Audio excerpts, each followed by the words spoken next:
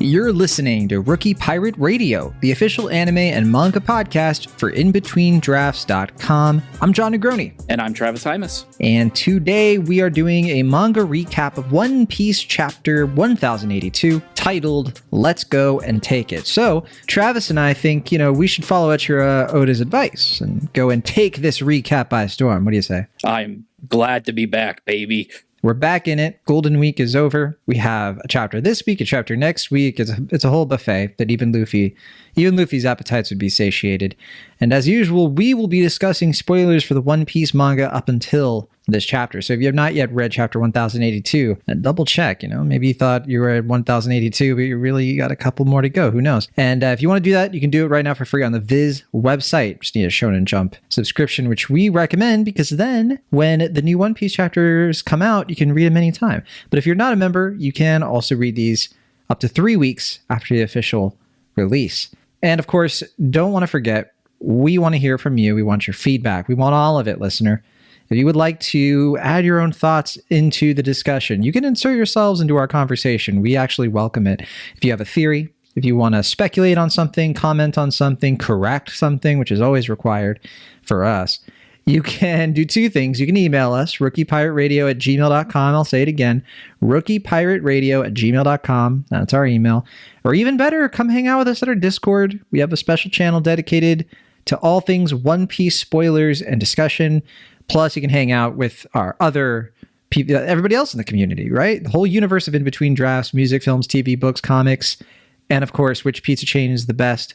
You can find all that info, a link to the Discord, you can find the email, all of it's in the show notes. You know what to do.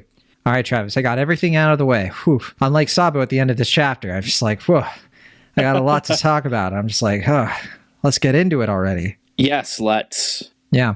I will obviously have to do the gut check, Travis, because your well-being is always the most important thing to me when we talk about One Piece.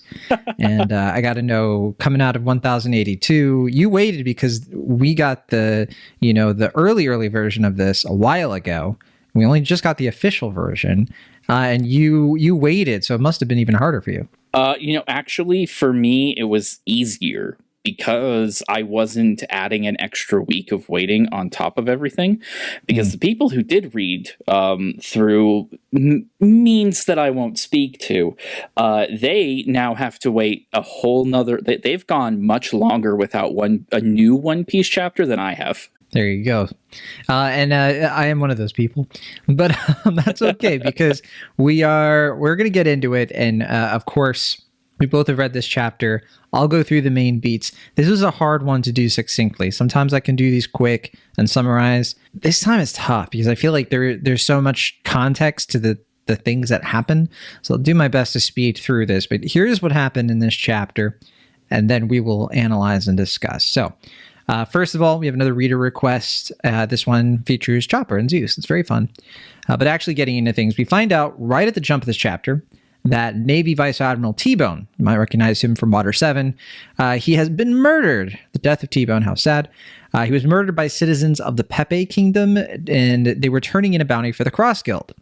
And then we go to Sengoku and Suru, who are discussing the threat of the Cross Guild at Marine headquarters, and are told that Garp and Sword left several days ago to save Kobe at Full Lead.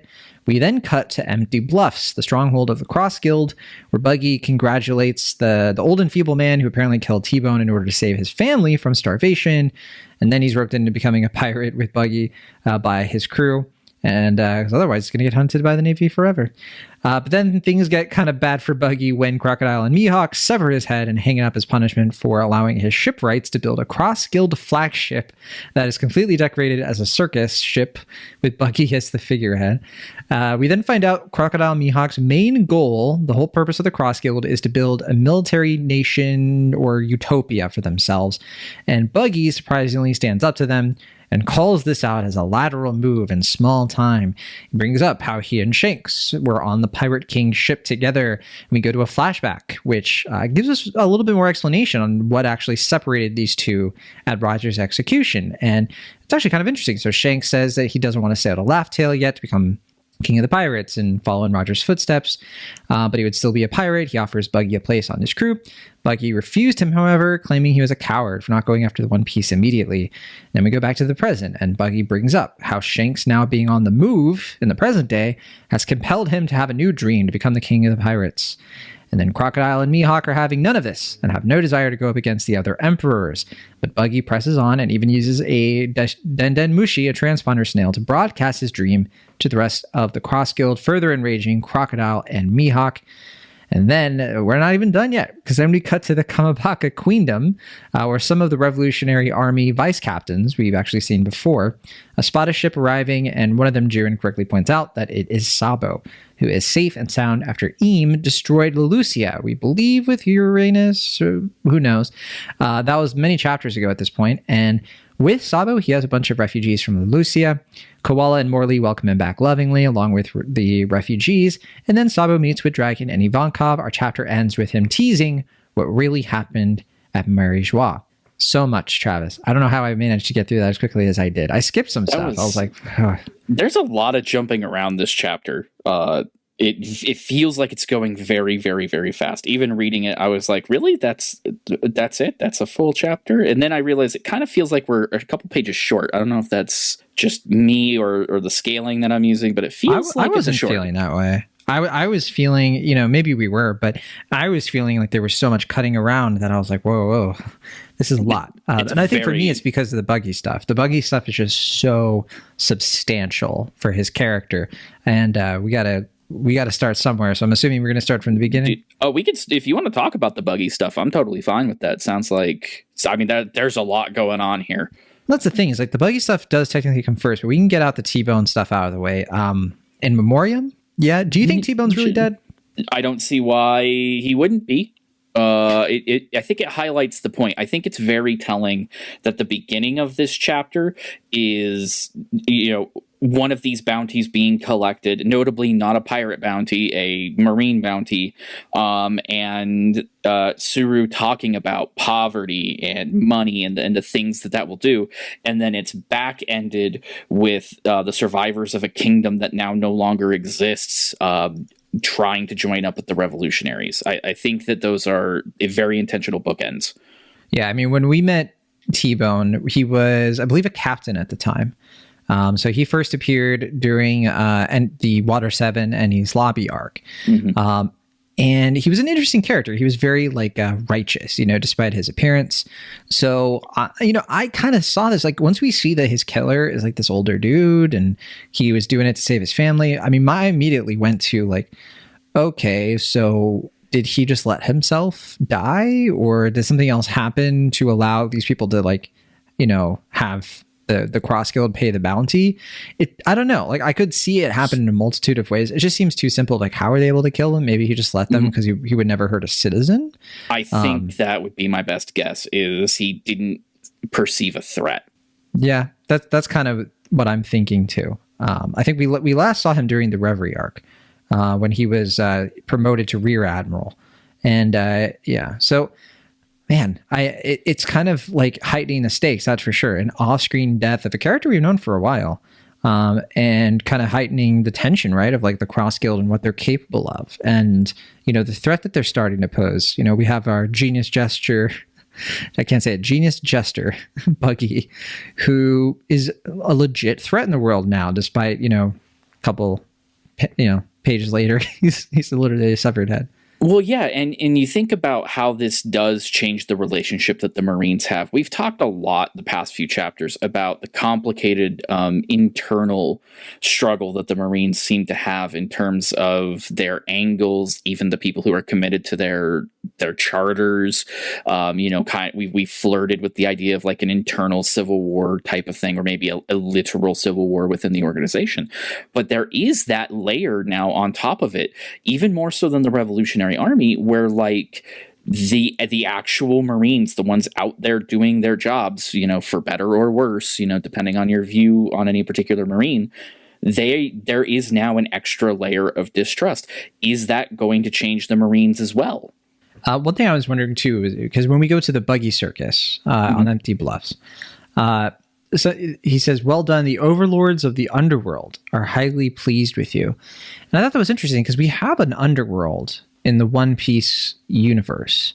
One of them being Stussy, Big News Morgan. They were revealed to us during the Whole Cake Island arc, and Buggy is kind of putting the Cross Guild up into that level.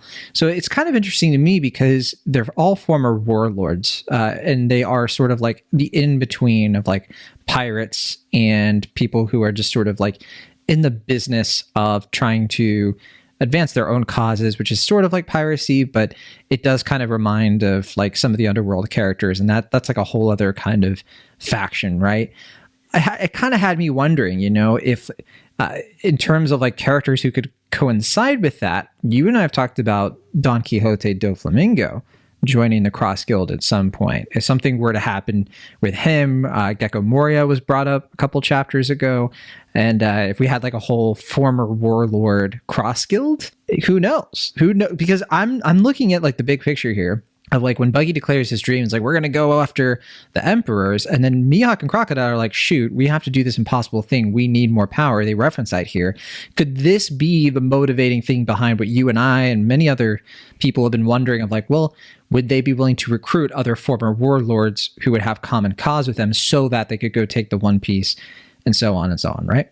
Yeah, I'm still a little skeptical about Doflamingo specifically because I feel like, whatever issues Mihawk and Crocodile have with Buggy, the reality is that he is a very useful idiot for them.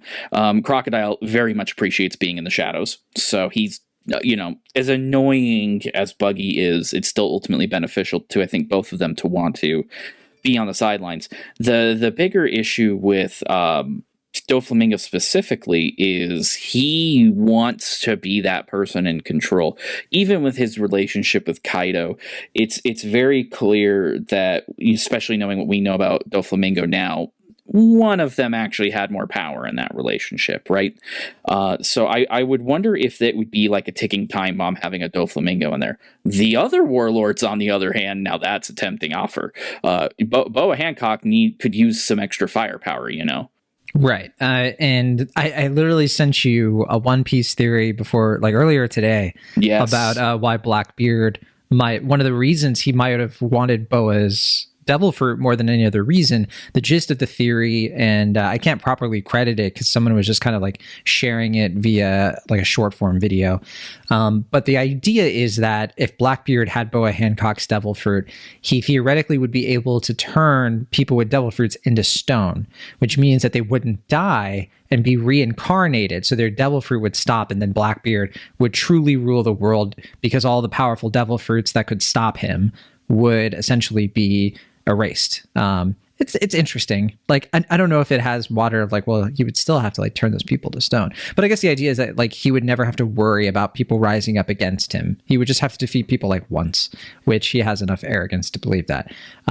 So the idea of like the only reason that he didn't get that devil fruit in the first place was because Rayleigh showed up, put her in such a tenuous position, and she knows it. Yeah, he basically up and tells her that it was a bluff. Right. Yeah. So an empty bluff, a very empty bluff. It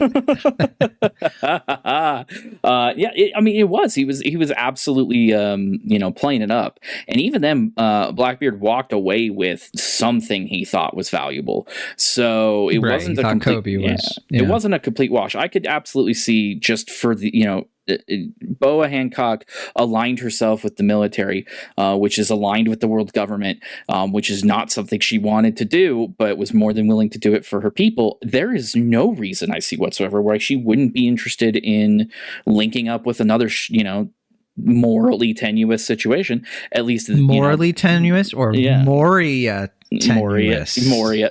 I'm great at you segues. Are on top. You are on top of this. You are on top of this today. Oh my goodness. But no, at least the Cross Guild isn't like keeping slaves, right? Like this is technically a promotion in her mind, I would say. And Yeah. Moria, I'm sure Moria would just be glad to be wanted somewhere. We know because, that I mean- we know he's free now, right? Like presumably Kobe got him out. Either Kobe or he could be with Perona, who knows? And if he escapes full lead, right? So like looking at Moria's perspective, he lost to Kaido all those years ago, and at this point, he doesn't have Absalom anymore. He might have, it's just him and Perona. He doesn't have Hogback even. So I think at this point, Moria would see like these former allies of him, Crocodile and Mihawk. I don't think he even knows who Buggy is, or is like probably only vaguely aware. He's probably looking at these two former warlords and could, of course, bring the Thriller Bark thing into it and be useful to them.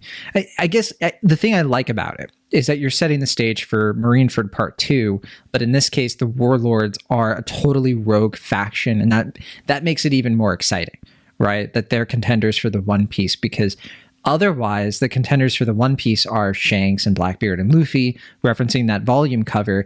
In order for Buggy to be like a serious sort of like contender for the One Piece, him having some of the 7 warlords, the most powerful ones, in fact, under his command, even tenuously and falsely, is kind of just a crazy Oda thing that I think would totally work within the narrative. Well, yeah, Buggy's been failing upward and completely unintentionally for years now. The idea that he would start to try to do it intentionally now, just imagine the level of power we're going to see on display here. Right. Especially since he already kind of knows, like, hey, no, we don't want to go fight the Straw Hats again. We don't. All of us, save for one, has lost to them. We don't need to do that. We don't need to deal with Blackbeard. We don't want to go up against Red Hair. We don't need to do this. We just need to be smart about this. We just need to work around them, which is could you just imagine like Buggy inadvertently being the final boss of this by just getting there first and just being like, hey, we accidentally found this place, how lucky are we, am I right? I hate this analogy, but it's the one that came to my head. But it kind of reminds me of, it's like if Tucker Carlson went up to Rupert Murdoch and Roger Ailes, and those two are just like, this is just a business. We're just trying to make money. But Tucker Carlson's just like, have you forgotten your dream of white supremacy? Sorry to insert politics into One Piece, but One Piece is political enough to earn it, I think. Absolutely. But no, it's just sort of like, it's just that same sort of, because these are villains. These are, Buggy is like pretty, like, Buggy is such a complicated character in so many interesting ways. He literally calls the old man he thinks just murdered someone a champion of evil and laughs it off.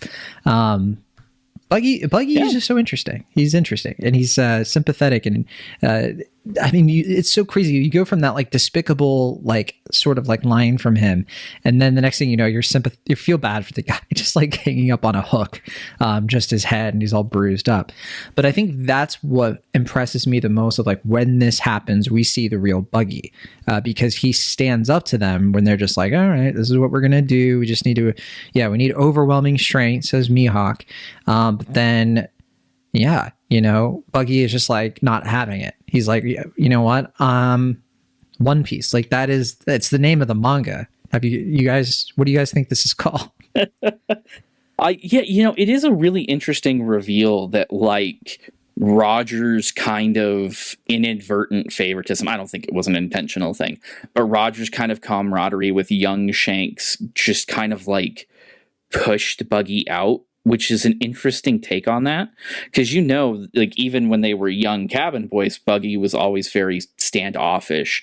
But this is the first time that we've ever really gotten a real emotional, clarity to his views of Shanks and his time on the Roger Pirate's ship. And I gotta say, it's an interesting idea that he's just that maybe had Shanks said to him, "Yeah, we're gonna go for we're gonna do this. We're gonna be I'm gonna be the next king of the pirates. Come with me." He might have done it, right? Yeah, if Shanks had been like, you know what, I'm gonna go to Laugh Tale immediately, I think that Buggy had enough respect for Shanks, despite all of his jealousy he clearly has for Shanks. I think that he would have done it because I think he saw Shanks as Roger's sort of like the next coming of Roger. And I think that's like a big pressure point for him of like, I have to fulfill that responsibility now because Shanks let him down. And he's just been crawling to get to Shanks's level somehow, even inadvertently. Right. And, to recall when in an Impel Down and in Marineford, he like verbalizes the things that he he decided to be the change he wants to see. He literally is just like, what if I could be a warlord? Wait. What if I could be an emperor of the sea? And a lot of us laughed it off. It was like, are you joking? Buggy the clown, you can't do anything. But then, of course, what happens after the time skip? We find out he's been a warlord for a while, and he becomes an emperor at the end of the Wano arc. So him even just saying, I want to be king of the pirates. I mean, I think we should chalk this up, Travis. I mean, history is our teacher. This right. means that Buggy's going to become the king, right? Yeah, I mean, again, we have so much Failsun power that's about to be unleashed. You know who Buggy's 1v1, perfect 1v1 would be? And it's a character that it couldn't have been like earlier in the series because we hadn't gotten this crewmate yet. It would be Usopp. That's true, isn't it? We've never had Buggy encounter a decent chunk of the Straw Hats. He's encountered obviously Zoro and Luffy, Zoro, and Nami. Yeah, and that's it. Not even the Going Merry got to meet. I mean, he was there at Loketown, but he wasn't. They were all kind of off. Yeah. Right. Yeah, I don't even think Buggy even clocked that there were other Straw Hats down there. He was just kind of yelling out there. Mm-hmm. So yeah, that is interesting. It's fascinating that a few of these characters have been around almost the entire run of the series, and somehow in this vast sea they have not overlapped once, even when they have. It's also just kind of nice to see this flashback because it does fill in some more detail on a character dynamic that I've always just been so curious about in terms of why did they separate? Why do they feel like enemies? I know when they met at Marineford, it wasn't quite so hostile, but and then of course Shanks was able to manipulate him. But I did kind of wonder, I was like, well, what has Buggy's sort of like aim really been? And to reveal that it did have to do with his disappointment in Shanks is just a nice reveal.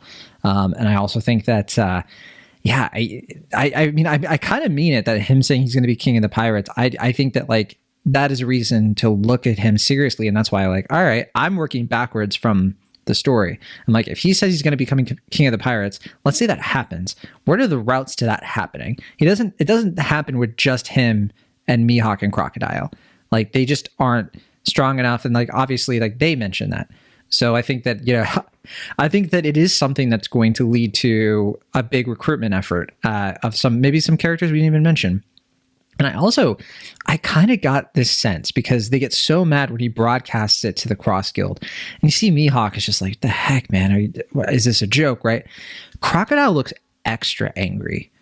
And I think part of me thinks that the reason he's so extra angry is that his words are starting to get to him. You know what I mean? I think Buggy sort of saying like, hey, because he even mentions it's like, this is something you set out to sea for. This is the dream that took you out to sea. And like one of the characters says he's Buggy's kindling the light of our lost innocence. Beautiful. But, I think that he actually hits Crocodile where it hurts. The tears, are hitting Crocodile and weakening his stand. I mean, it's happened to him before in the Baroque Works cover story. Yeah, because Crocodile originally like set out in his 20s. And who defeated him? Whitebeard? Oh, gosh. It was one of the emperors, I think. Yeah. He has a thing about Whitebeard, so I want to say you're right. I don't know if we've ever had that like specifically confirmed, but I'm pretty sure. Because the way I remember it is Crocodile's journey got cut short by Whitebeard, and then Moria's got cut short by Kaido. And I don't remember if there was anybody who had a similar thing with Big Mom. I mean, I'm sure they did, but Pedro. Yeah, they just married in. There you go. Yeah, Boa Hancock. What does she want? But even in terms of that, I think like Boa Hancock, like joining this cross guild would be more protection and self-preservation more than anything else. But yeah, the One Piece, I could even see her being like the One Piece. Luffy's after that, something like that. Absolutely, of course. I really like this part of the chapter. I don't know what to say. It's great. I want to call out the page where they reveal the new big top ship. That's a Yes, fine looking yes. ship. All things considered, like that's a big battleship. Like I don't think he was joking when he said he had like they actually had like good shipwrights Right. here. This looks pretty good. You know, I mean, it's goofy, obviously, but I mean, what One Piece boat isn't? You know, I think but it's in the words of Spy Family, elegant. it's elegant, yeah.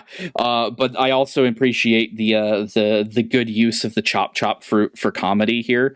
You know, I absolutely believe that this is not a comedic reaction from Buggy, but literally he's so scared that his powers have activated inadvertently, and he has separated his entire face from his body in fear. His face when they're like meeting room now. Now it's so good. It is so good. I could do a whole spin-off manga with just the cross guild. Oh yeah, the idea, the anime. When they get to this, it's going to be good. It's going to be hilarious. Speaking of the anime, just as an aside, I don't know if you've been catching up, but the Sanji versus Queen fight, chef's kiss. I haven't seen it yet. I have been catching up, but slowly. The There's lead so up has much been good anime too. Yeah, I know. It's almost like, you know, we have an anime and manga section in between drafts. You can read all kinds of articles right now. Yeah. Wait till I tell you about Death Mount Death Play. And I also watched. I got a cheat skill in Another World, and now I'm unrivaled in the real world too. And I will tell you, since we're now on a tangent, that I have begun watching Kaguya-sama as promised. My heart has literally, like, it was cold before. You know, it was 10 degrees, and now it's 97. I'm so happy. Immediately, just the fire of youth.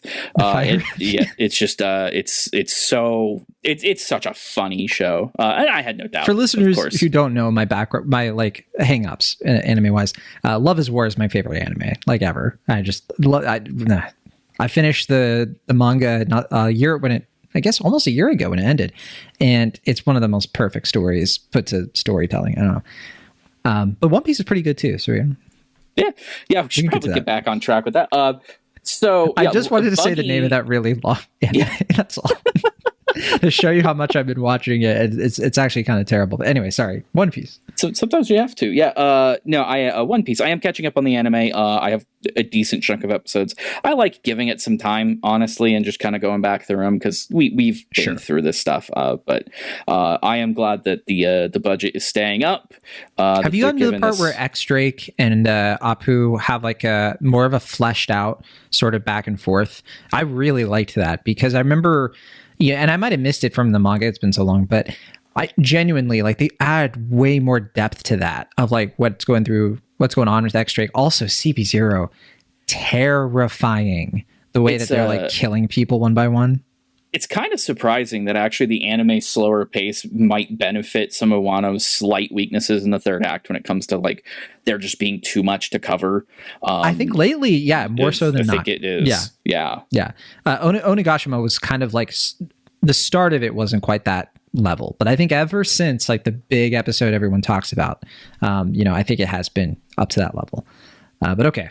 Anything else on the buggy stuff? I feel like I covered what I wanted to cover. No, I think we've covered it for the most part. I love that Straw Hat's being remarked as. I love that Straw Hat's being referred to, as like on the same level, like from Mihawk of all people, like Mihawk acknowledging him. The only one who hasn't taken an L from the Straw Hats in the room.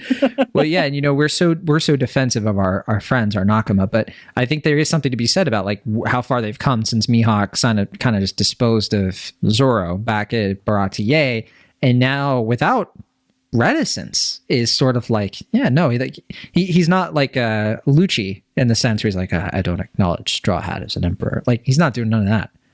I think he might even have just a little bit of pride in it because he loved Zoro's initial tenacity. He respected it, and he respected his honor. Right before the time skip, and even Luffy, because he had known of Luffy beforehand. He just didn't let on.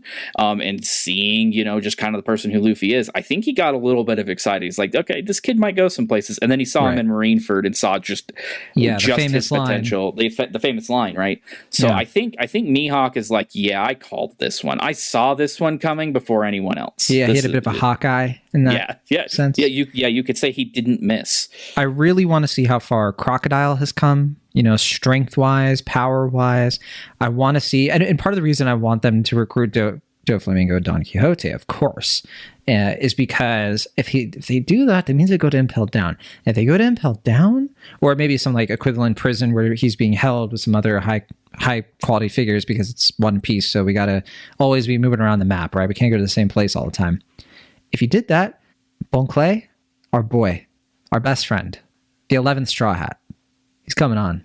Oh, my favorite non-Straw Hat One Piece character. I would love a check-in with him. He can join the Cross Guild too. That's fine. I'm fine with that. Let's just make it a party. I mean, Oda loves bringing characters back, and this sounds like a great way to just bring characters back, just like a huge pirate fleet. I mean, the Straw Hats have one. Why can't Buggy have one? Exactly. Yeah, exactly. Exactly. And if you have Bon Clay on your side, then I mean, your stock goes up 100 points, maybe more. Absolutely. Let's say 100 million berries. Yeah. I mean, the funny thing about like recruiting like a Bon Clay or a Boa Hancock is the very second Luffy enters the room, you now have several people just absolutely willing to backstab you. Just immediately everything falls apart. Yeah. In fact, if you even looked at, I don't think this will ever happen, but if you had a Cross Guild versus Straw Hats, obviously the matchups kind of work themselves in. You have Mihawk, of course, up against Luffy or Zoro. I feel like with Crocodile, who would be a fun matchup for Crocodile? Jinbei, another former warlord. Another former warlord. Yeah. In Jinbei, naturally, even without Haki, checks Crocodile's devil fruit. As we well know. Or if Vivi is with the Straw Hats at this point, imagine a Vivi versus Crocodile. I would love to see a time skip Vivi fight. That's a good point. Especially because I have a feeling we're going to see more of Vivi in the next chapter, probably just through flashbacks. So if we do have Sabo explaining what happened, we'll see Vivi, and maybe we'll have a better idea of, what happened to her. Was she captured? Was she freed? Did she fight? Wishful thinking that she's super strong. Your hopes that this chapter will be followed up on in less than 6 months are very encouraging. Very positive. No, because thinking. I was going to wait to get to this, but he already teased us off with the Sabo and the Lucia thing. I just don't see him doing it again. It's too intermittent. I feel like he has to at least start the next chapter, if not dedicate the whole chapter to the Marijois stuff. There's no way, because otherwise, if you don't have it in the context of him talking to Dragon and Ivankov, then it robs all the tension from the story. I don't think Oda's going to do it. So, well, except Oda loves doing this, right? Yes, yeah, Oda he loves sucking the air out of the room. I thought about this literally right before we started recording, literally right before I messaged you, what might be a clever way to deliver this information, because it's going to be literally series changing. We're talking whatever happened here is going to tell us something about Im, and that will probably radically shift our understanding of One Piece. So how could you just deliver this information? You can't. You got to do something really bold and interesting. So I asked myself, who else might have the same information as Sabo? Who else could possibly, besides the people that we know are on the run? Who else? Morgan? I was going to say there's like a guy with a big head that we haven't checked in on in a while. I'm realizing. Yeah, so if Vegapunk picked up on something, some sort of big information through his Void Century research, and maybe knows a thing or two, it would be really interesting, especially because as One Piece stands now, this has never happened before. It would be really interesting for a Straw Hat, Robin, it would be Robin, but at least a Straw Hat to get a debrief from Vegapunk at the same time as Dragon and Ivankov get it from Sabo. Well, I feel like we both could be right. I feel like what we at least need is Sabo at some point, like at least telling part of the story. Maybe we don't get everything, but I think what we need at least is the setup and the lead up to what happened to Cobra, Sabo seeing the empty throne. Maybe we don't get all those answers yet, but I think just getting more information about the fight against the admirals, and even like if we get more info on the Holy Knights, like something that just gives us a little bit more. And the reason I don't think that we're done with it in this chapter is because usually when he teases things off, he gives us something, right? But in this case, he gives us nothing. Like he doesn't say, he just says that the reverie was a wild affair. He says, I'll tell you everything. And then that's it. We don't learn any new information, and Oda usually is better about that. The only thing I would say is that the information we got was confirmation of Sabo. Sabo being here, he wasn't on Lucia. That's our information. I think everybody called that, though. Everybody's called a bunch of things. That doesn't matter to him. I think that's a reveal that works for this chapter's purposes, but we'll see. I'm not saying that. I don't want my heart to be broken. But should we talk about this part and what actually happened in it? Because we keep jumping back to what's going to happen next week. We should actually talk about this. Yeah, but I mean, look, the Sabo stuff, I don't love it as much. It's fun. We go to the Kamabaka Queendom, which fun island, and fun parallels with Sanji's fight with Queen right now. But yeah, we get some more info about the vice captains of the Revolutionary Army. Some fun stuff there. So we have the vice captain of the Western Forces, Morley's subordinate, Morley being my favorite of these captains, Ushiano, who looks like a cow person, could be a mink. Cow mink was my thought. Cow mink maybe, could be a devil fruit, but I like the idea of a mink being in the Rev Army. Then we have the vice captain of the Eastern Forces, Ahiru, who is Bello Betty's subordinate, and she looks like she has like some kind of pacifista arm, or like some kind of cyborg arm. I think she is our first confirmed female cyborg, if you don't count Baby 5, because Baby 5 isn't really a cyborg. Correct. Yeah. I mean, she can have cyborg qualities whenever she wants, but that's about it. And then we have the vice captain of the Southern Forces, Gambo, who is the subordinate of Underberg. I forget who Underberg is. I have to look at a picture. But he kind of just looks like Humpty Dumpty. And then we have the vice captain of the Northern Forces, Jiron, who is Kurasu's subordinate. Kurasu's my other favorite, the guy with the crows. Yeah, and then he's able to like eat binoculars, which very wapple of him, but I'm not sure if that's like a power or if it's just him being. He's just wild and free. I have no idea. But there's like a fun little bit about them, being like, oh, is it an enemy ship? Should we shoot it down? And he uses binoculars to be like, oh, it's Sabo. I bet you 1,000,000 berries. And like, you cheated. And then he's like, no, I didn't. I don't have like an hourglass. He eats it. It's fun. It's cute. Yeah. And then, yeah. I like that Ahiru makes the robot noises. She's like kashunk, like the arm isn't doing that, and so she the arm has its own. Yeah. she's very funny. That. She's wearing like looks like a high school outfit or something, or like I don't know what's going on there. But we saw a few of these characters back in. I think was it during the Reverie when we saw them? They were at like a table. Well, they actually liberate. We saw them first when they were liberating a kingdom. I forget which one. It might have been Lucia. Actually, no, was it? I think it was actually. Okay. Yeah. Well, yeah, that's where we first met them. Yeah. Well, once again, Lucia has been liberated because here we have a bunch of the people. So it turns out that not only did Sabo survive, but some of the people from La Lucia did too.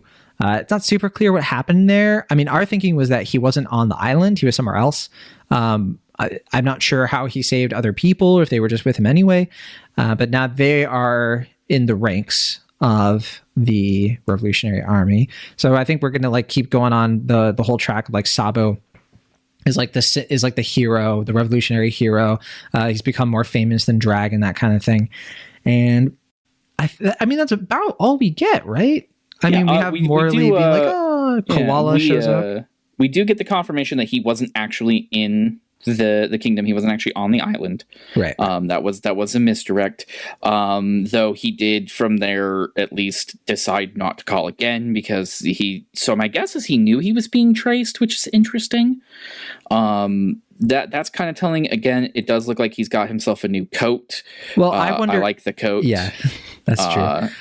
I wonder, the coat made me think of like a Marine disguise.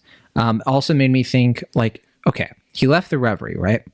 So what if what happened was like the Lucia nobles were there too, weren't they? So like, what if that's how he got there? He like hitched a ride or stowed away with them, and that's why he wasn't on the island. You know what I mean? So he kind of was like trying to escape and all that, and that was his first chance to reach out to somebody. Well, weren't they imprisoned though? Were they? Yeah, they were on the island. Oh, the nobles were. The nobles but were. I think at that point, That's happening around when like Sabo was like the Flame Emperor, right? And I think that like maybe he was freed by the people. Maybe. Based on like the newspapers being like, oh my gosh, he overthrew the king, we could do the same thing. And then I could see it happening that way. Or, you know, essentially Sabo could have just been like hiding amongst them or pretending to be a Marine for all we know. I think it's telling that he did show up with a lot of people, and they notably want to enlist in the army. Yes. This doesn't just seem like he loaded a boat up with just women and children, for example. Exactly. Yeah. But this is actually people who want to take the fight further than their own home. I do like this is just kind of a nice little reminder that the revolutionaries are complicated, to say the least, or at least not portrayed as villainous directly. They don't just accept them. Bello Betty's like, you want to join up? Okay, go clear your heads, and then we're going to have this talk again. I think that's a very small but important detail that, you know, where Buggy is just like, oh yeah, you did a murder. Come on. You're one of us now. Again, kind of that book ending thing. The revolutionaries don't just want to recruit everybody. They don't want to put civilians at risk by all accounts based on this, which is nice. And they don't want to put themselves at risk. Yeah, that's true too. You know, you don't just let anybody join willy-nilly when there's, you know, like 10 cipher pools out there, right? Yeah. I think too, the Kuma stuff. It's another reason why I think we got to go to the Reverie next, because they mention here, like, oh, sorry about what happened with Kuma. It seemed like a wasted effort. Perhaps he was programmed to some directive to return to Mary Jo at any moment. Kind of makes me wonder if that's partly how that's going to get revealed. If we have a flashback to see, you know, when Kuma was freed and everything, if there was something more to that that has to do with why all of a sudden he's rushing back there, right? You know, out of nowhere. So that's so he turned on while they were fixing him, and like he realized he wasn't where he was supposed to be, so he's returning himself. I don't even know if it's something that it's like him like defecting or anything like that, but if there's some sort of like fail safe or there's some sort of way for he was able to free himself, but there was I don't know. I don't know exactly what I think.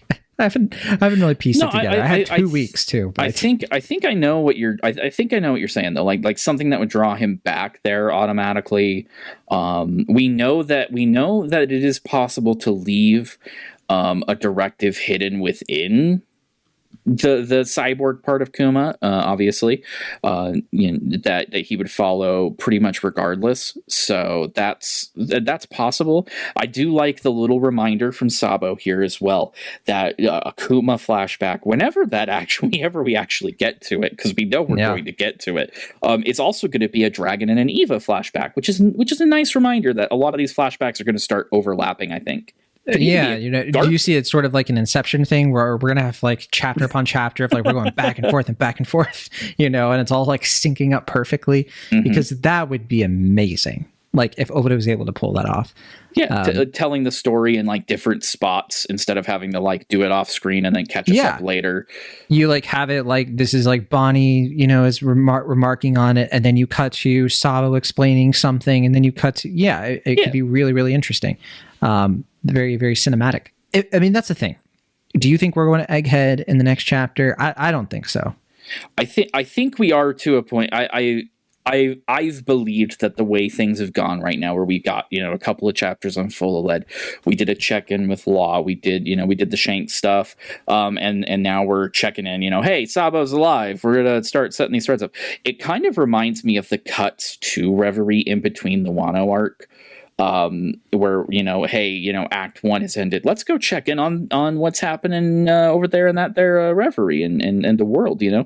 It feels like we're doing a lot of that to a larger scale. And a part of me feels like, again, because Oda knows what his schedule looks like ahead of time, especially with like going from Full of Lead to this and everything, it feels like the pacing of this has been designed to avoid allowing Egghead itself to become slowed down in the pacing due to the break weeks. So for me, it feels like we're going to be checking back in there sooner rather than later, now that, you know, holidays and things have been kind of dealt with now, where we're back to just kind of the normal like 3 on 1 off schedule for the next little bit. I feel like that'll be getting us back to our main story. And again, this right here, this panel, I know you feel like it's not enough, but just like this idea, like, hey, I'm going to tell you everything, that's written in such a way to me that's like not a chance. We are not coming back here for 6 months probably. The only reason I have trouble disagreeing is because, and look, I'm not an expert. We're not experts. Oda is unpredictable. He does all kinds of weird things, but I'm just going off of other times I feel like Oda has done this, and I think that he would probably give us more of a lead up back to Egghead. That's my instinct saying if we were going to go back, there would have to be something tying into the Kuma stuff or the Vegapunk stuff more directly, so that if we cut next, it wouldn't feel so abrupt. So I do think that he tends to be pretty mindful of how these things transition into each other. Even with things like when we transition to like Kid fighting Shanks, that didn't happen, right after a chapter in Egghead. He started that with an Egghead portion that then we were able to cut to that. And so I just felt like it's almost like he went out of his way to make sure we didn't just interrupt everything on Egghead. All of a sudden it was straight to, so that's why I'm kind of wondering if we do go back to Egghead, I almost wonder if it would be something that would happen in the middle of a chapter. I wouldn't be surprised. Just to make it feel a little bit less like, whoa, what are we doing? Because imagine if we had gone to this chapter without anything involving like the Navy stuff, because we've been having, the Garp and Kuzan and all of that going on. So then going to like Sengoku isn't that abrupt, but then that's our transition to Cross Guild. And then that's our transition to all of a sudden we're, seeing with Sabo and the world government and, the big moves, One Piece and like what, all to say. This is the part of the episode people will care about the less because we'll know in like a few days. So. Yeah, right. we're it is. We're not on schedule for breaks, at least for a little bit of time. So either way, whatever happens now, it does feel like it's going to flow more than it is going to be like jumping around. Part of the reason I'm even talking about it this much is because I don't have much else. This is one of the fewest notes I've ever written on a chapter, just because I just don't think it's really doing all that much like for us to speculate on. It's setup, right? Yeah, like that's it. Whatever happens next, this is just more setup, and we know that the next 24 hours of like real time story, right, is gonna apparently upend a lot of things. So I don't know if he wants to. I don't know if Oda wants to necessarily pop off yet because we're not quite there. That's all I have. Is there anything else you wanted to talk about in this chapter? It is a short one, huh? No, it's a short one. It does feel like I said, it feels like a little short. We got, but we covered it. Whatever happens next, whether we're about to get a really big revelation or we do cut back to Egghead, I would like to check it with the Straw Hats. It feels like it has been a while now. It hasn't really been that many chapters, but just again with breaks and holidays and stuff, it feels like a while. So I would like to get back to them. But either way, I feel like we're in for something big next week. Something cool is gonna happen. What do you think that's gonna be? I mean, I would love to cut back to Egghead and find out who's on the Blackbeard raft. More than anything else. That's the we left it just on that tantalizing indication, and we think we know who we've got there. You and I have been at this for a while, but I would love to finally get that little morsel paid off. But it's very possible that again we're about to find out what Eames' whole deal is. Yeah, the one thing that we have not really I think talked about that much lately has been, or I'll say it this way. I don't know if we've ever gone this long without seeing like the Straw Hats besides like a cover or like a reader request. Because I'm looking at it now and chapter 1076 was the last time we saw the Straw Hats, unless I'm missing something. That was February 26th. It is now April. It is now May 8th. May. Yeah, it's been like again breaks the fact that we've been away from it for a while. It's not that many chapters, but how many chapters was the Reverie itself? Because that's its own wasn't arc. That many, was it? Well, it's its own arc, so that's the only reason I ask, because it might be more. I don't know. I guess I could look. I'll look it up real quick because when I think of the Reverie arcs, those felt like 3 or 4 chapters to me, and those were only like I felt like we got those pretty fast, like in a month or something. They got pretty 6 chapters is the count on the wiki. But is that 6 like between all of them? Like no, that's like the actual, not the ones in between Wano, but like the actual arc between. Oh, I see, between Whole Cake Island. Yeah, okay. Yeah, so 6 chapters. So this is a little bit more than that, right? You said it was, because we're on 82. You said it was 76. Yeah, so that's six chapters, right? Yeah. And I guess the difference is that like the Reverie arc was its own thing. Right. It was It in wasn't one sort of like spot. butting into the whole Cake Island one. Yeah. Like it would sort of be the equivalent of like, Luffy is like, Sanji, I won't eat food unless you're the one who cooks it. And then we get 6 chapters at the Reverie.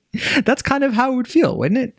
Yeah, and interestingly, the Reverie arc is where we first got introduced to the commanders. Yeah. And it was Lucia. Now that I'm looking it up, I was on top of that. Where we first met them, and now we're following up on their stuff. Obviously we're going to be following up. It's kind of interesting, that parallel that, another 6 chapters away from the Straw Hats, and we're about to potentially drop a massive bomb again. Yeah. Interesting. Interesting. What I want more than anything? I want that Sabo bounty. Oh, I was waiting for it in this chapter. I was like, oh, he's back. What if Koala is going to like flash his bounty up into the sky and be like, Sabo, 3 billion berries. It has to be as high as Luffy's, right? If they're going to call him a flame emperor, like he's got to have an emperor bounty, right? Right? That sounds right. Well, we need somebody like up at Luffy's bounty level now that we have two rivals kind of knocked down several pegs. Lost in action, but yeah, barely. Kid, who knows, we'll ever see him again. Yeah, Kid might be done. I think Kid might be done. Like we may see him again later, like as just like a cover story or as a check-in. But I think we're done with Kid. I still think we could see him in LF. And not as a major character or force, but just for some kind of sobering reminder of Shanks did this to me, and Luffy being like, okay. Luffy may not be an emperor, but that doesn't mean he's ready to take on the other ones yet, or he may be an emperor. I should say. Well, by himself, by himself, There was actually in the intervening weeks since we last talked about a One Piece chapter, Travis, have a wild idea, an idea that it's one of my John ideas, which are famous to Rookie Pirate Radio listeners, Rookie Pirate Radio hosts like you. It's a little out there, but I just have this nagging thought. I have no basis for it. I have no sort of like, well, Travis, here's the evidence. How could you dispute? No, nothing like that. This is a gut. This is instinct, heart, and emotion. The man with the burn scars and like the whirlpool and like the dark ship and everything. Okay. What if that's our next Straw Hat? What? Yeah. Wow, I did not think that was going that place. What if that's our final Straw Hat? Why not? Yeah. I don't have an answer for you other than like, for me, when it comes to like, are we going to get more Straw Hats? There's that little bit of me that thinks about how Luffy kind of just said his dream out loud to the crew, and so a lot of people have just taken that as like a cue that like, oh, we're probably done getting Straw Hats, right? Because now they're all up to speed. But before you defend it, go ahead. Before you defend, I'm going to defend you first and say Caribou also heard that. Is Caribou a Straw Hat? You decide. So I'm not going to completely discount that, because also Vivi and Yamato are out there, and let's be honest, they're Straw Hats. So okay, go. Let's hear you out. Let's let you go. I'm cruising. Because here's what I was thinking. I was thinking about how we're still getting introduced to new characters, and we're getting like all these fun character quirks, like you mentioned. The whole thing with Ahiro being like, it's funny, it's true. If we're gonna get a major new character, one who has the final road poneglyph, what Oda likes to do a lot when we get major characters is he likes to weave them into the story to make them feel more pertinent. And when he does that, they get all kinds of backstory. They get a dream. They get these things that to me would feel like, if we're gonna have this character come into the story, I don't see them coming in as a villain. Because as a villain, I just don't think that is as interesting. And even if they are a villain, ultimately seeing them as Nakama and like further sort of like fleshing out the quest for the One Piece, if you will, because to our knowledge, nobody has this poneglyph, right? And so if somebody took it, right? So yes. Yeah. So like that just has me thinking that, whoever this burn scar person is or is in their orbit, I feel like if Oda's going to do another arc in the final saga, I feel like it has to be somebody who he really wants to like introduce into the fold. I just see that. I just feel it. Is it wrong? Yeah, sure, probably. I mean, Do I want it to be wrong? No. I mean, at this point, I mean, we still don't know how long this saga is going to be, how many arcs it's going to contain. None of this is outside the realm of possibility. Because, I mean, think about 10 years ago, if you'd told people, you know, Jinbei would actually join the crew, or 15 years ago, you'd be like, oh yeah, this guy who's in jail that you that's talking to Ace, he's going to be the helmsman of the Straw Hat Pirates. You would have never made that leap. You know, going all the way back to Baratier. Sure. When they're told like, oh, you know, there's a warlord named Jinbei, he's frightening, you know, look out for that guy. Yeah, that's going to be our boss. It's going to be the helmsman of the Strawman Pirates. No, not a chance. The Strawman Pirates. I like that though. Oh man, yeah. That's the one. New name of the ship, podcast. That's the dang right. That's the ship Tucker Carlson sails on. Strawman Pirate Radio. Oh man. Okay. Yeah. No, I mean, I'm not going to tell you not to dream it. That's what I'm going to say, because I don't know what the rules are. The rules are being made up as we go. And with that, that's all I have. Is there anything else you want to, you know, we did talk anime for a minute. Is there any anime you wanted to bring up before we say goodbye?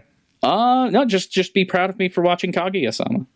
I'm very proud of you. I'm very proud. I got there. I'm a little behind on Hell's Paradise. Not going to lie to you. I'm like 1 or 2 episodes behind, but I'm enjoying it a lot. I will say my anime of the season, I don't know what yours is, but it's Galaxy Next Door. It's hitting every note that I have. I'm in love with that anime. It is so wholesome and sweet and kind. Also, I'm really into Skip and Loafer. I know that's one Allie really likes too. There's so much going on right now that like I cannot pin down. Like this is the one of the season. This season is absolutely friggin' stacked, and I'm still. What are your contenders? Oh my gosh, Heavenly Delusion has been excellent and fascinating. How are you watching it? I can't find it. It's on Hulu. I was on Hulu and I looked it up. You have to look it up with its Japanese name. I did. I Googled it and it was put this in. And I did. And it didn't it's work. on Hulu. It's a simulcast on Hulu. They're actually doing it on time. I will send a direct link to you so you can watch it. Thanks, Travis. A real friend. Yeah. But okay, Heavenly Delusion. I'm going to see that ASAP. It is fascinating because it doesn't really, it's got a lot of secrets, but it's not necessarily holding everything back to like reveal later. There's some very interesting science fiction concepts at play there. Obviously Hell's Paradise has been great. There's just this big kind of overarching theme of duality. Both of these anime that I've just listed have very interesting takes on gender politics of all things. They've gotten quite woke over there in the anime, let me tell you. For Hell's Paradise, of course, we're reviewing that weekly. Kayla's been doing a great job highlighting some of these elements, which is great.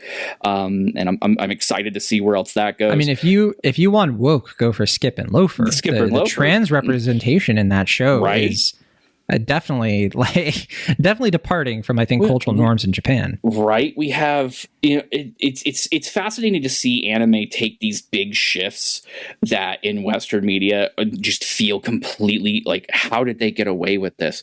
We have the second season of Witch from Mercury, Gundam stuff. It's really good Gundam stuff.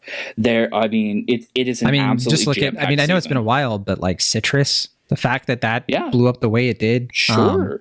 And obviously very problematic. It's not perfect. It's not perfect. Obviously not. Oh, heavens no. Have you seen Platinum End? Oh boy. Anyway, okay. Anyway, no.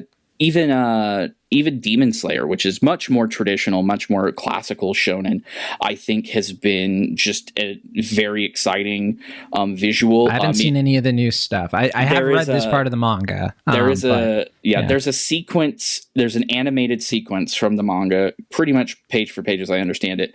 But the way that they animated it, the way they timed the music and everything, my spouse was actually watching it with me, and her jaw just like, she was kind of like half paying attention, playing Final Fantasy, and like as this animation starts playing, she literally stops what she's doing, turns, and like jaw drops. It's beautiful. It's gorgeous.